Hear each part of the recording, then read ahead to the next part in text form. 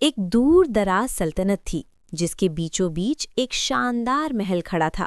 محل کے اونچے مینار سورج کی روشنی میں چمکتے تھے اور اس کے گرد خوبصورت باغات تھے جن میں رنگ برنگے پھول اور پھوارے بہتے رہتے تھے۔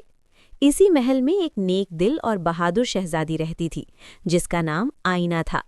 شہزادی آئینہ صرف خوبصورت ہی نہیں بلکہ عقل مند بھی تھی۔ وہ اپنی رعایا کا بہت خیال رکھتی تھی اور ہر روز محل کی کھڑکی سے شہر کو دیکھ کر سوچتی تھی کہ وہ لوگوں کے لیے کیا اچھا کر سکتی ہے۔ محل کے پیچھے ایک گھنا پراسرار جنگل تھا۔ اس جنگل کے بارے میں مشہور تھا کہ وہاں ایک خطرناک جادوگرنی رہتی ہے جس کا نام زہرا تھا۔ لوگ کہتے تھے کہ زہرا کبھی بہت اچھی تھی مگر وقت اور تنہائی نے اس کے دل کو سخت کر دیا تھا۔ اب وہ اپنے جادو سے لوگوں کو ڈراتی تھی۔ ایک دن عجیب بات ہوئی۔ شہر کے کنووں کا پانی خشک ہونے لگا، فصلیں مرجھانے لگیں اور فضا میں خوف پھیل گیا۔ سب جانتے تھے کہ یہ جادوگرنی کا کام ہے مگر کوئی بھی جنگل میں جانے کی ہمت نہیں کر رہا تھا۔ شہزادی آئینہ نے فیصلہ کیا، اگر میری رعایا مشکل میں ہے تو مجھے خود جانا ہوگا۔ سب نے منع کیا مگر شہزادی نہ مانی۔ وہ سادہ لباس پہن کر ایک چھوٹی سی تلوار اور ہمت بھرے دل کے ساتھ جنگل کی طرف روانہ ہو گئی۔ جنگل میں ہر طرف دھند تھی، درخت سرگوشیاں کر رہے تھے اور فضا میں عجیب سی خاموشی تھی۔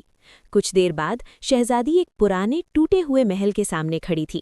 اچانک زوردار کہکہا گونجا، کون ہو تم جو یہاں تک آ گئی ہو؟ نیشینے، کون ہو تم جو یہاں تک آ گئی؟ لمبے سیاہ لباس میں، آنکھوں میں غصہ اور طاقت، یہ جادوگرنی زہرا تھی۔ شہزادی ڈری نہیں، اس نے نرمی سے کہا، میں لڑنے نہیں آئی، میں صرف یہ جاننا چاہتی ہوں کہ تم نے ہمارے شہر کو کیوں نقصان پہنچایا۔ یہ سن کر جادوگرنی چونک گئی۔ اس نے غصے سے کہا، کیونکہ کسی نے کبھی میرے دکھ نہیں سمجھے، سب نے مجھے اکیلا چھوڑ دیا۔ شہزادی نے آہستہ سے جواب دیا، طاقت سے خوف پھیلایا جا سکتا ہے مگر دل نہیں جیتے جا سکتے۔ اگر تم چاہو تو ہم تمہیں اکیلا نہیں چھوڑیں گے۔ یہ الفاظ جادوگرنی کے دل میں اتر گئے۔ برسوں بعد کسی نے اس سے ہمدردی سے بات کی تھی۔ اس کی آنکھوں میں آنسو آ گئے۔ اس نے اپنا جادو واپس لے لیا۔ بارش ہونے لگی، کنویں بھر گئے، فصلیں ہری ہو گئیں۔ زہرا نے کہا، میں نے اندھیرے میں رہنا خود چنا تھا مگر تم نے مجھے روشنی دکھا دی۔ شہزادی آئینہ مسکرائی۔ وہ دونوں محل واپس آئیں۔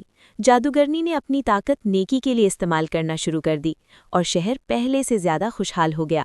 اور یوں یہ ثابت ہوا کہ اصل جادو ہمدردی، ہمت اور سچائی میں ہوتا ہے۔ اگر آپ چاہتی ہے کہ اگلی ویڈیو میں آپ کا نام آئے تو اپنا نام کامنٹ میں بتائیں۔